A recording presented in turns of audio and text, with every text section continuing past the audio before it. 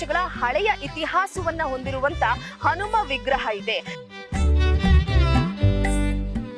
ಈ ದೇವರು 600 ವರ್ಷದ ಹಿಂಭಾಗದ ವ್ಯಾಸರಾಯ ಪ್ರತಿಷ್ಠೆ ದೇವರು. ವಿಲೇಯದಲ್ಲಿ ಇದರಿಂದ ಪ್ರದರ್ಶನ ಮಾಡಿ ಅದನ್ನು ಒಂದು ಭಗವಂತನಿಗೆ ಅರ್ಪಣೆ ಮಾಡಿದ್ರೆ ಅಂದರೆ ಕಲ್ಲಿನ ಇದರಲ್ಲಿ ಶಿಲೆಗಳೆಲ್ಲ ತುಂಬ ಚೆನ್ನಾಗಿ ನಡೀತಾ ಇದೆ. ನಮಸ್ಕಾರ ವೀಕ್ಷಕರೇ, ನೀವು ನೋಡ್ತಾ ಇದ್ರೆ ಬ್ಲೂಮ್ ಟಿವಿ. ನಾನು ರೂಪಾ ಚಂದ್ರು. ವಜ್ರಕಾಯ, ಕೇಸರಿ ನಂದನ, ಅಂಜನಿ ಪುತ್ರ, ವಾಯುಪುತ್ರ, ಹಲವಾರು ಹೆಸರುಗಳಿಂದ ಕರೆಸ್ಕೊಳ್ಳುವಂತ ಹನುಮನನ್ನ ನೆನೆದ್ರೆ ಸಾಕು, ನಮಗೆ ಯಾವುದೇ ರೀತಿ ಭಯ ಇರಲ್ಲ, ಭಕ್ತಿ ನಮ್ಮಲ್ಲೆಲ್ಲ ಕೂಡ ಗಾಢವಾಗಿ ನೆಲೆಸುತ್ತೆ, ಅದರ ಜೊತೆಗೆ ಶಕ್ತಿ ಕೂಡ ತುಂಬುತ್ತೆ ಅನ್ನುವಂಥ ನಂಬಿಕೆ. ಪ್ರತಿ ಹನುಮ ಜಯಂತಿಯ ಸಂದರ್ಭದಲ್ಲಿ ನಾವು ಹನುಮನನ್ನ ಬಹಳ ಭಕ್ತಿ ಭಾವದಿಂದ ನೆನೆತೀವಿ. ಯಾಕಪ್ಪ ಅಂದ್ರೆ ವರ್ಷದಲ್ಲಿ 2 ಬಾರಿ ಹನುಮ ಜಯಂತಿಯನ್ನ ಮಾಡ್ತೀವಿ. ಒಂದು ಚೈತ್ರ ಮಾಸದ ಹುಣ್ಣಿಮೆಯ ದಿನ ಹನುಮ ಜಯಂತಿಯನ್ನ ಮಾಡಿದ್ರೆ, ಮತ್ತೊಂದು ದಿನ ಸೀತೆಯನ್ನ ಕಂಡು ಹಿಡಿದಂತಹ ವಿಚಾರಕ್ಕೆ ಸಂಬಂಧಪಟ್ಟಂತೆ ಹನುಮನನ್ನ ಹನುಮ ಜಯಂತಿಯ ಮುಖಾಂತರವಾಗಿ ನೆನೆಸ್ಕೊಳ್ತೀವಿ. ನಮ್ಮ ಭಾರತ ದೇಶದಲ್ಲಿ ಮಾತ್ರ ಅಲ್ಲ, ವಿದೇಶದಲ್ಲೂ ಕೂಡ ಸಾಕಷ್ಟು ಹನುಮನನ್ನ ನಾವು ನೋಡ್ತಾ ಹೋಗ್ಬೋದು. ನಾನಿರುವಂತದ್ದು ದೇವರ ಚಿಕ್ಕನಹಳ್ಳಿಯಲ್ಲಿ. ಇಲ್ಲಿ ಸುಮಾರು 600 ವರ್ಷಗಳ ಹಳೆಯ ಇತಿಹಾಸವನ್ನ ಹೊಂದಿರುವಂತ ಹನುಮ ವಿಗ್ರಹ ಇದೆ. ಯಾವುದೇ ಸಂಕಲ್ಪವನ್ನ ಮಾಡ್ಕೊಂಡ್ರು ಸಹ ಇಲ್ಲಿ ನೆರವೇರುತ್ತೆ ಅನ್ನುವಂತ ಭಕ್ತರ ನಂಬಿಕೆ. ಆ ಹಿನ್ನೆಲೆಯಲ್ಲಿ ಇವತ್ತು ಹನುಮ ಜಯಂತಿಯ ವಿಚಾರಕ್ಕೆ ಸಂಬಂಧಪಟ್ಟಂತೆ ನೂರಾರು ಭಕ್ತರು ದೇವಾಲಯಕ್ಕೆ ಬರ್ತಾ ಇದ್ದಾರೆ, ವಿಶೇಷವಾಗಿ ಪೂಜೆಯನ್ನ ಸಲ್ಲಿಸ್ತಾ ಇದ್ದಾರೆ, ಅದ್ರ ಜೊತೆಗೆ ಸಂಕಲ್ಪವನ್ನ ಕೂಡ ಮಾಡ್ಕೊಳ್ತಾ ಇದ್ದಾರೆ. ನೋಡಿ, ದೇವಸ್ಥಾನ ಅಂದ ತಕ್ಷಣ ನಮಗೆ ಕೇವಲ ಅದರ ಕಲಾಕೃತಿಯ ವಿಚಾರಕ್ಕೆ ಸಂಬಂಧಪಟ್ಟಂತೆ ಅಲ್ಲ, ಭಕ್ತಿ ಭಾವದಿಂದ ಎಲ್ಲೇ ಬಂದ್ರು ಕೂಡ ಒಂದು ಕಲ್ಲು ಕಂಡ್ರು ಕೂಡ ನಾವು ಅದಕ್ಕೆ ಕೈ ಮುಗಿತೀವಿ. 600 ವರ್ಷಗಳ ವ್ಯಾಸರು ಸ್ಥಾಪಿಸಿರುವಂತಹ, ಅದರ ಜೊತೆಗೆ 1732 600 ವರ್ಷಗಳ ಹಳೆಯ ವಿಗ್ರಹಗಳಲ್ಲಿ, ಇಡೀ ಭಾರತದಲ್ಲಿ ಇರುವಂತಹ ವಿಗ್ರಹಗಳಲ್ಲಿ ಈ ಒಂದು ಹನುಮನ ವಿಗ್ರಹ ಕೂಡ ಒಂದಿದೆ. ಒಳಗೋಗೋಣ. ಅದಕ್ಕಿಂತ ಮುಂಚಿತವಾಗಿ ಇಲ್ಲೊಂದ್ಸತಿ ಗಮನಿಸಬಹುದು ನೀವು.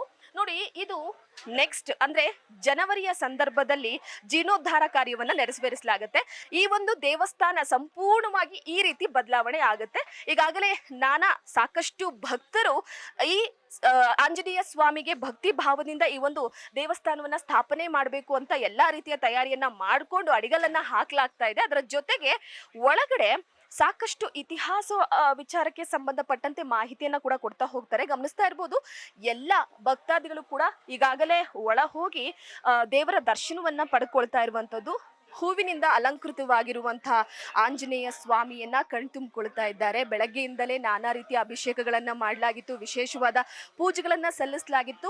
ಗಮನಿಸ್ತಾ ಇರಬಹುದು ನೀವು, ಹೂವಿನಿಂದ ಅಲಂಕೃತವಾಗಿರುವಂತಹ ಹನುಮನ ವಿಗ್ರಹವನ್ನ ಭಕ್ತಾದಿಗಳೆಲ್ಲರೂ ಕೂಡ ಕಾತುರದಿಂದ ಬೆಳಗ್ಗೆಯಿಂದಲೇ ಕಣ್ತುಂಬಿಕೊಳ್ಬೇಕು ಅಂತ ಕಾಯ್ತಾ ಇದ್ರು. ಫೈನಲಿ ಅಂತೂ ಇಂತೂ ಹನುಮನ ದರ್ಶನ ಸಿಕ್ಕಿದೆ. ಬನ್ನಿ, ಇಲ್ಲಿನ ಪುರೋಹಿತರು ಏನು ಹೇಳ್ತಾರೆ, ಹಾಗೆ ಭಕ್ತಾದಿಗಳು ಏನು ಹೇಳ್ತಾರೆ ಅಂತ ಕೇಳ್ತಾ ಹೋಗೋಣ. ನಿಮ್ಮ ಹೆಸರು ಸರ್? ನಮ್ಮ ಹೆಸರು ಗಿರೀಶಾಚಾರ್ ಅಂತ. ಈ ದೇವರು 600 ವರ್ಷದ ಹಿಂಭಾಗದ ವ್ಯಾಸರಾಯ ಪ್ರತಿಷ್ಠೆ ದೇವರು. ಅಂದರೆ 1732ರಲ್ಲಿ ಈ ದೇವರು ಒಂದು. ಹಾಗಾಗಿ ಮೊದಲನೇದಾಗಿ ಭಗವಂತ ಈ ಸ್ಥಾನದಲ್ಲಿ ನೆಲೆಸಿದ ನಂತರ ಚಿಕ್ಕದಾಗಿ ಪುಟ್ಟವಾಗಿ ಹಳ್ಳಿಯಾಗಿ ಬಂದು ಈಗ ದೊಡ್ಡದಾಗಿ ಬೆಳೆದಿದೆ. ಅಂದರೆ ಈ ದೇವಸ್ಥಾನದಲ್ಲಿ ಭಗವಂತನಲ್ಲಿ ಸಂಕಲ್ಪ, ಏನೇ ಒಂದು ಇದರಲ್ಲಿ ಸಂಕಲ್ಪ ಮಾಡಿಕೊಂಡು ವಿಲೇಯದಲ್ಲಿ ಇದರಿಂದ ಪ್ರದರ್ಶನ ಮಾಡಿ ಅದನ್ನು ಒಂದು ಭಗವಂತನಿಗೆ ಅರ್ಪಣೆ ಮಾಡಿದ್ರೆ ಅಂದರೆ ಅವರಿಗೆ ಕಾರ್ಯಸಿದ್ಧಿಯನ್ನು ಆಗುತ್ತದೆ. ಹೀಗಾಗಿ ತಲೆತಲಾಂತರದಿಂದ ಗ್ರಾಮಸ್ಥರು ಮತ್ತು ಅರ್ಚಕರು ತಲೆತಲಾಂತರಾಗಿ ಮಾಡ್ಕೊತ ಬರ್ತಾ ಇದೆ. ತುಂಬ ಅಭಿವೃದ್ಧಿಯಾಗಿ ಮಾಡ್ಕೊಂಡು ಬರ್ತಾ ಇದ್ದಾರೆ. ಸ್ವಾಮಿ, ಈಗಾಗಲೇ ಈ ಒಂದು ದೇವಸ್ಥಾನವನ್ನ ಜೀರ್ಣೋದ್ಧಾರ ಮಾಡಿ ಬಹಳ ದೊಡ್ಡದಾಕಾರದಲ್ಲಿ ಎಲ್ಲ ಭಕ್ತರನ್ನ ಸೆಳೆಯೋದಕ್ಕೆ ಈಗಾಗಲೇ ಜೀರ್ಣೋದ್ಧಾರ ಕಾರ್ಯ ಕೂಡ ನಡೀತಾ ಇರುವಂತದ್ದು. ಎಲ್ಲ ಕಡೆ ಶಿಲಾಕತ್ತನೆಗಳ ಕಾರ್ಯ ಕೂಡ ನಡೀತಾ ಇದೆ. ಏನ್ ಹೇಳ್ತಾರೆ ಇದ್ರ ಬಗ್ಗೆ? ಎಷ್ಟು ಖುಷಿ ಕೊಡ್ತಾ ಇದೆ? ಇದರಿಂದ ತುಂಬಾ ಖುಷಿ ಆಗ್ತಾ ಇದೆ. ಬರೋಂಥ ಭಕ್ತಾದಿಗಳಿಗೆ ಸ್ಥಳಾವಕಾಶ ಆಗಿರ್ಬೋದು, ಬೇರೆ ರೀತಿಯಲ್ಲಿ ಭಗವಂತನ ದರ್ಶನ ಮಾಡೋದಕ್ಕೆ ಆಗಿರ್ಬೋದು, ಪ್ರತಿಯೊಂದು ರೀತಿಯಲ್ಲಿ ಅನುಕೂಲವತ ಆಗುತ್ತಾ ಇದೆ. ಗ್ರಾಮಸ್ಥರು ತುಂಬ ಮುಖ್ಯವಾಗಿ ನಿಂತ್ಕೊಂಡು ಈ ಭಗವಂತನ ಜೀರ್ಣೋದ್ಧಾರಕವಾಗಿ ಕಲ್ಲು ಕಟ್ಟಡದಲ್ಲಿ ಬರ್ತಾ ಇದೆ. ತುಂಬ ಅದ್ಭುತವಾಗಿ ಬರ್ತಾ ಇದೆ. ಭಗವಂತನ ಕೃಪೆಗೆ ಎಲ್ಲರೂ ಪಾತ್ರರಾಗಬೇಕೆಂದು ತಮ್ಮಲ್ಲಿ ಪ್ರಾರ್ಥನೆಯೂ ಸಹ ಇದೆ. ಇವತ್ತಿನ ವಿಶೇಷ ಪೂಜೆ ಏನೇನಿತ್ತು, ಯಾವ ರೀತಿಯಾಗಿ ವಿಶೇಷ ಪೂಜೆ ಮಾಡಿದೆ? ಯಾಕಂದ್ರೆ ಹನುಮ ಜಯಂತಿ ವರ್ಷದಲ್ಲಿ 2 ಬಾರಿ ಹನುಮ ಜಯಂತಿ ಮಾಡಿದ್ರು ಕೂಡ ಆ ಹನುಮ ಜಯಂತಿ ಅನ್ನೋದು ಬಹಳ ವಿಶೇಷತೆ ಪಡೆದಿರುತ್ತೆ. ಈ ಬಾರಿ ಇವತ್ತಿನ ಪೂಜಾ ಕಾರ್ಯ ಹೇಗಿತ್ತು?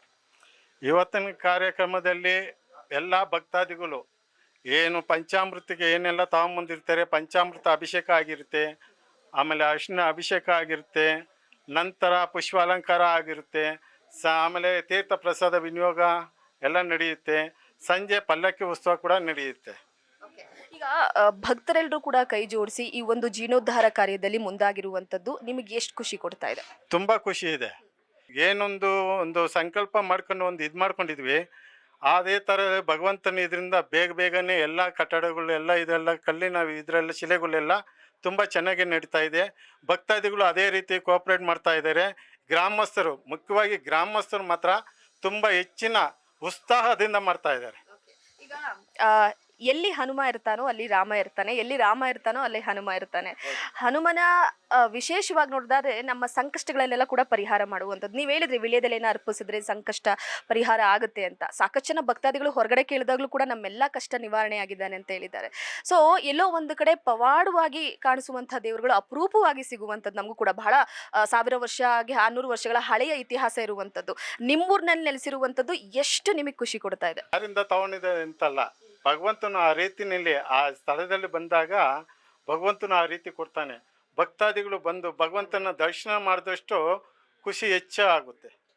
ಹಾಗಾಗಿ ದರ್ಶನ ಮಾಡಿ ಅವರು ಫಲಗಳು ತಗೊಂಡು ಅವರು ಎಷ್ಟು ಖುಷಿಯಾಗಿರ್ತಾರೋ ಅಷ್ಟು ಖುಷಿನ ಅದರ 10 ಪಟ್ಟು ಖುಷಿನ ನಾವು ಪಡ್ತೀವಿ. ನಾನು ಮೊದಲೇ ಹೇಳಿದೆ, ಈ ಹನುಮ ಜಯಂತಿಯನ್ನ ನಾವು ವರ್ಷದಲ್ಲಿ 2 ಬಾರಿ ಆಚರಣೆ ಮಾಡ್ತೀವಿ. ಚೈತ್ರ ಮಾಸದ ಹುಣ್ಣಿಮೆ ಹಾಗೆ ಸೀತೆಯನ್ನ ಕಂಡುಹಿಡಿದಂತಹ ವಿಜಯೋತ್ಸವದ ಸಂದರ್ಭದಲ್ಲಿ ಹನುಮ ಜಯಂತಿಯನ್ನ ನಾವು ಆಚರಣೆ ಮಾಡ್ತೀವಿ.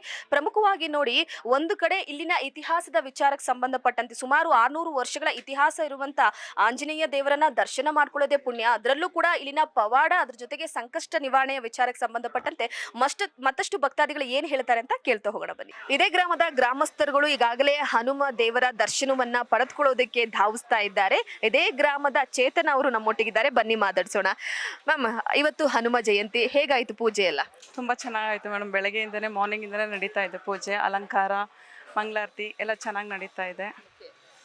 ನಾವು ವಾರನೂ ಬರ್ತೀವಿ, ಪ್ರತಿ ವಾರನೂ ಬರ್ತೀವಿ. ಇಲ್ಲಿಗೆ ಬರ್ತಾ ಇರೋದ್ರಿಂದ ನಮಗೂ ಸ್ವಲ್ಪ ಮನಸ್ಸಿಗೂ ಶಾಂತಿ ಅನಿಸುತ್ತೆ, ಖುಷಿಯಾಗಿ ಅನಿಸುತ್ತೆ. ತುಂಬ ಕಷ್ಟಗಳಿತ್ತು ಮೊದಲು. ಈ ದೇವಸ್ಥಾನಕ್ಕೆ ಬರೋಕ್ಕೆ ಶುರು ಆದಾಗಿಂದ ನಮಗೆ ಸ್ವಲ್ಪ ರಿಲ್ಯಾಕ್ಸ್ ಆಗಿದ್ದೀವಿ, ಸಂತೋಷವಾಗಿದ್ದೀವಿ, ಖುಷಿಯಾಗಿದ್ದೀವಿ. ಮೇಡಮ್, ಸುಮಾರು 600 ವರ್ಷಗಳ ಹಳೆಯ ಹನುಮ ಅಂತ ಹೇಳಲಾಗ್ತಾ ಇದೆ ಇಲ್ಲಿ ನೆಲೆಸಿರುವಂಥದ್ದು.